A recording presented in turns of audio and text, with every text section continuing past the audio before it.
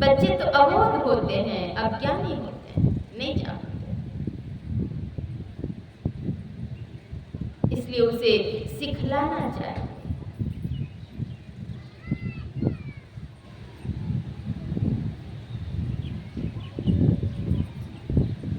बाल्यकाल से ही बच्चों के प्रति केवल उसके आहार विहार की ही चिंता नहीं करके उसके उभय लोक की चिंता अभिभावक को करनी चाहिए। बच्चे के जन्मदिन के अवसर पर कई अभिभावक स्वयं शराब पीने लगते हैं,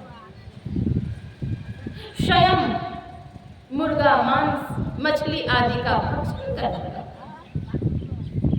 क्या यही नैतिकता है? यही आचरण है? क्या आपके इन आचरण का प्रभाव बच्चों पर नहीं पड़ेगा? जो अभिभावक, जो कोई व्यक्ति बच्चे के आसपास में सिगरेट के कस लेते हैं, बच्चे अबोध हैं, वे सोए हुए हैं, बिस्तर पर हैं, छोटी अवस्था है उनकी,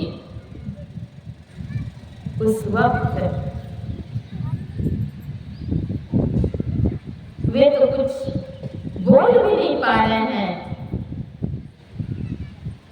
कह नहीं पा रहे हैं, उनकी आवाज अभी खुली भी नहीं है। वैसी अवस्था में भी अगर कोई उनके अर्थात बच्चे के इर्द गिर्द सिगरेट के कस लेकर के धुआं फेंकते हैं, उस धुएं का प्रभाव बच्चे के जननांग पर पड़ता है और वही बच्चा भविष्य में कुमारगामी, व्यसनी, व्यभिचारी, दंभी, पाखंडी, घोर अत्याचारी होते हैं। अभिभावक की जिम्मेदारी है। एक बार की बात है, एक व्यक्ति गए गुरु महाराज के पास, महर्षि में परमहंस महाराज के पास, और उन्होंने कहा कि ये फलाना आदमी है, ये बड़े बीमार रहते हैं, गुरु महाराज जी ने आशीर्वाद दीजिए। गुरु महाराज तो तीनों कालों की बातों को जानने वाले थे। सदगुरु महाराज कहते हैं, ये फलाना का बेटा है? बोले हाँ, ये फलाना का बेटा है। बोले इसके दादा डंडी मारते, तो डंडी मारने वाले का प्रभाव, उसके कर्म का फल 3 पुश्तों तक भोगना पड़ता है। दादा भोग लिए, इनके पिता भी भोग लिए, अभी ये भी भोग रहे हैं। फिर कहते हैं कि अच्छा एक काम करो, मेरे व्हीलचेयर के चक्के में हवा कुछ कम हो गया है, उसमें कुछ हवा दो पंप उनसे हवा दिलवाए और वही सेवा लेकर के उन्हें रोग मुक्त कर दिए। गुरु कृपा की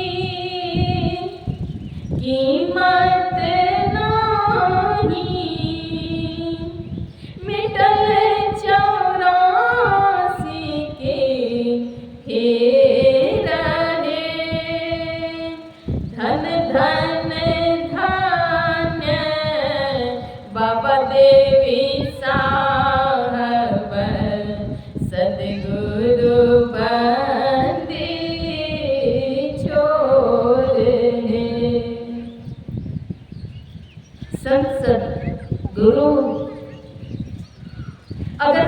सेवा, तुच्छ सेवा लेते हैं, चाहे आपके तन से, चाहे आपके धन से, वह सेवा आपके कल्याण के लिए है।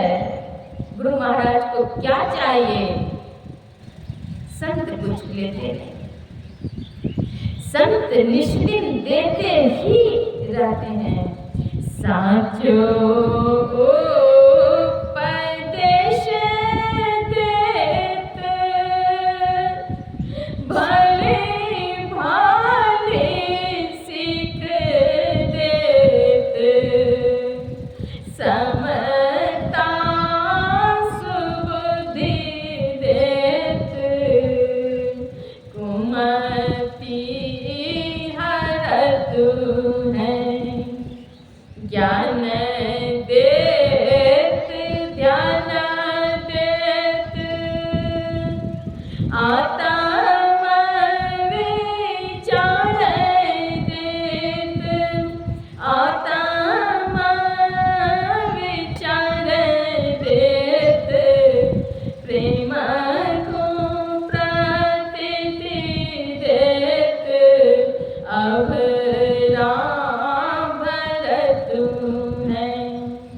सुंदर कहत जग, संतन का छू लेते नाही, संतन का छू लेते नाही, संत जन निषिदेन देवो ही करतु है, संत जन निषिदेन देवो ही करतु है। संत कुछ लेते नहीं है, वे निष्दिन देते ही रहते हैं। संत की आज्ञा में रहें, संतों के संग को सत्संग कहते हैं। बाहरी कथा प्रसंग यह है बाहरी सत्संग, संतवाणी का संग यह है बाहरी सत्संग, और अंतरी सत्संग है ध्यान। ध्यान मानस जप, मानस ध्यान, विंदु ध्यान और फिर नाद ध्यान। विंदु नाद महालिंगम, शिव शक्ति निकेतनम, देहं शिवालयं प्रोक्तं, सिद्धिदं सर्वदेहिनां।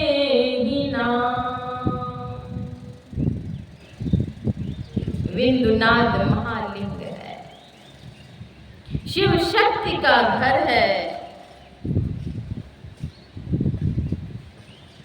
कुछ भी लिखेंगे तो सबसे पहले कलम की नोक से जो भी लिखा जाएगा उसे बिंदु कहा जाएगा। परम बिंदु ही बीजाक्षर है। बिंदु ध्यान फिर नाद ध्यान।